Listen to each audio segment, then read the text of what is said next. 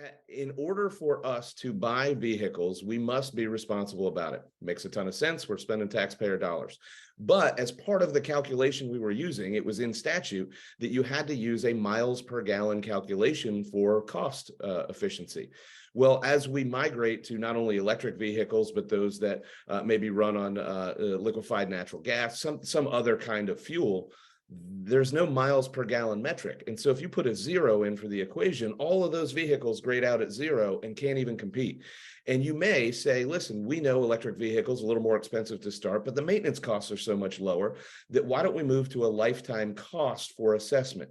And so that's part of what this bill did this year was we changed in statute that as the state looks at how it's going to procure vehicles, the cost component was going to be on total cost, a lifetime cost of the vehicle, not just some efficiency metrics or the initial upfront cost, because all the other kinds of vehicles that are coming along would not be able to compete with what we call an ICE car, an internal combustion engine car.